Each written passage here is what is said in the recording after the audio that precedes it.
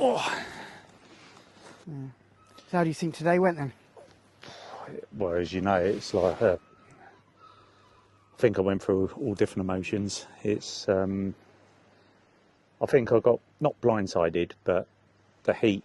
I don't think any of us, or both of us, was expecting. We've been lucky with the weather, but when you're carrying that sort of stuff and doing it, but it's. I remember. I don't know whether I said to you that bit where I was running. I think I was going up the hill, that slight incline, and only for about 5-10 minutes, the sun went behind the clouds, and it felt like winter, and someone chucked a bucket of snow over me. Welcome to Scotland. And it was still, it was still obviously hot, but yeah, it just made a difference.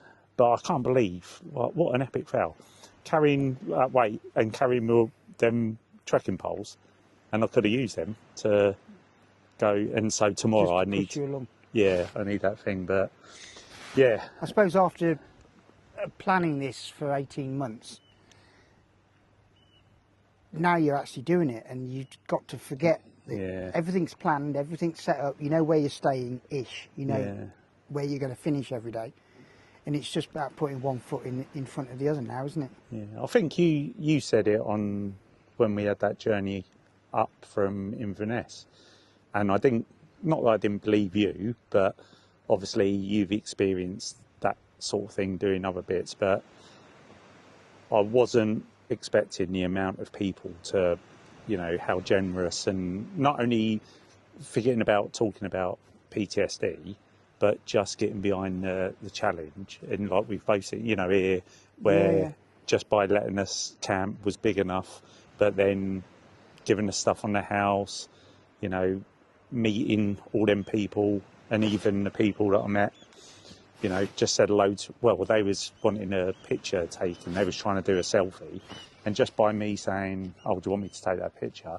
And then that normal conversation, oh, you know, you camping, explained about it, and one of the guys went, that's amazing because I've got PTSD, and someone else said, yeah, my brother's got PTSD, and straight away ended up spending like 10-15 minutes chatting to him. You know, now they're going to want to follow the journey, and they've even said when I go down towards like Leeds and all that, they want to meet up and cheer on. So yeah, and it's just that roll-on effect, and you know, just it's a bit, I suppose, humbling, isn't it? It's like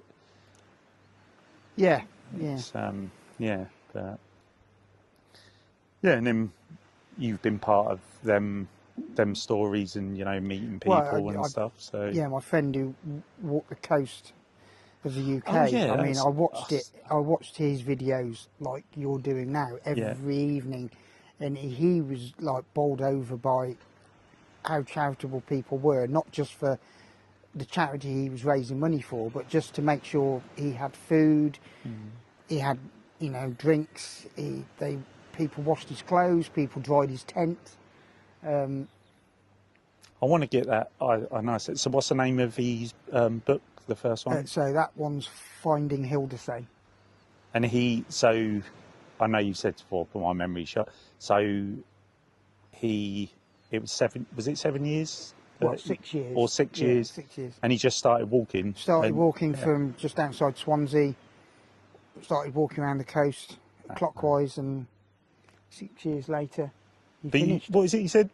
So on the walk he gained adopted a dog. Yeah. He gained found a wife or a fiance. His partner. Yeah, partner, and then a kid. Had a child who is 4 today, I believe. Oh, really? Yeah, 4 years today. So, yeah. And that, where was we? Was we in that little club out? It was last night, wasn't it? Where we was looking at the. Was it on Facebook? No, it was on YouTube, wasn't it? And he was being interviewed, and then it showed the clip you a video. That was when we were having an evening meal last night, wasn't it? That was where he was like, he had an emotional moment as well, saying he was sad to leave. Was it? He was sad to leave the islands, wasn't it? Island, yeah. Yeah, no, it's people like that that's like an inspiration, and I think that's why when we get cousins in Inverness, we've got like solid Wi-Fi. I've got some audio books anyway, but I'm definitely going to download it. So I think that would push me along, listening to someone else's story. And well, especially, I mean, he would have walked through here. Yes, he proper hugged the coast, didn't he? He hugged the coast. So if I sent him a picture of this now, he would remember it.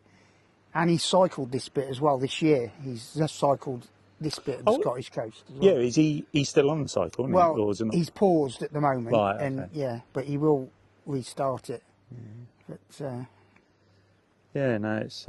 he may well have camped in the same spot for all we know. Yeah, that's it.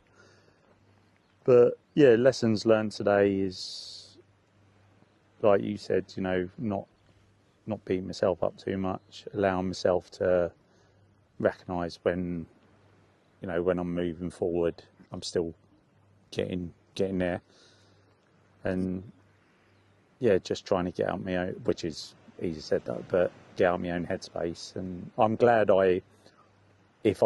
even if I don't do it for the rest of the challenge, the fact that I've done it today of not listening to any music, or so just listening to like nature and, you know, being present.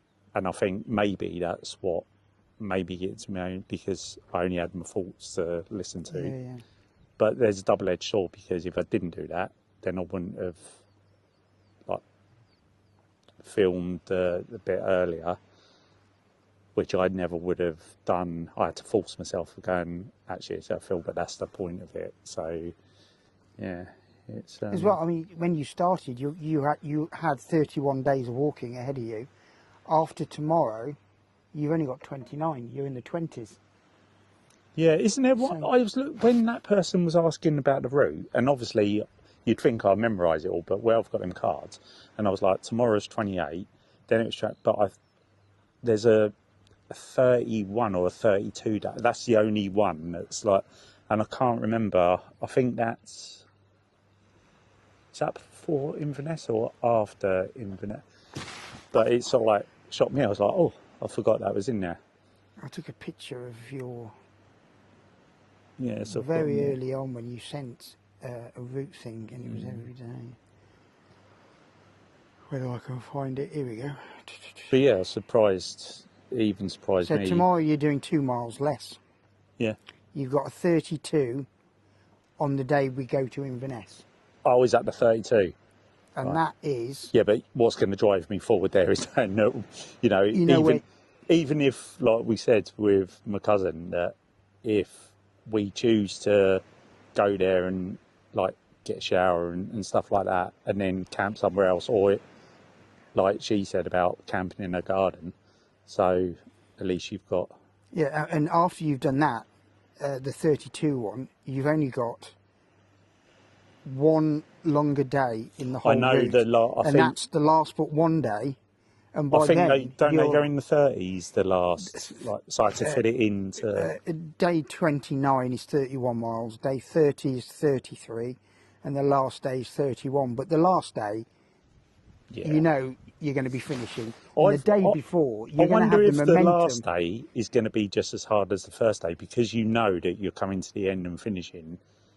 It's going to... But the other good thing, you'll be with me at the end as well. The road from Penzance to Bodmin, from Penzance to Land's End, is potentially worse than that road you've done today. What, just straight? And it's not, probably not as wide as that, and it is. Yeah.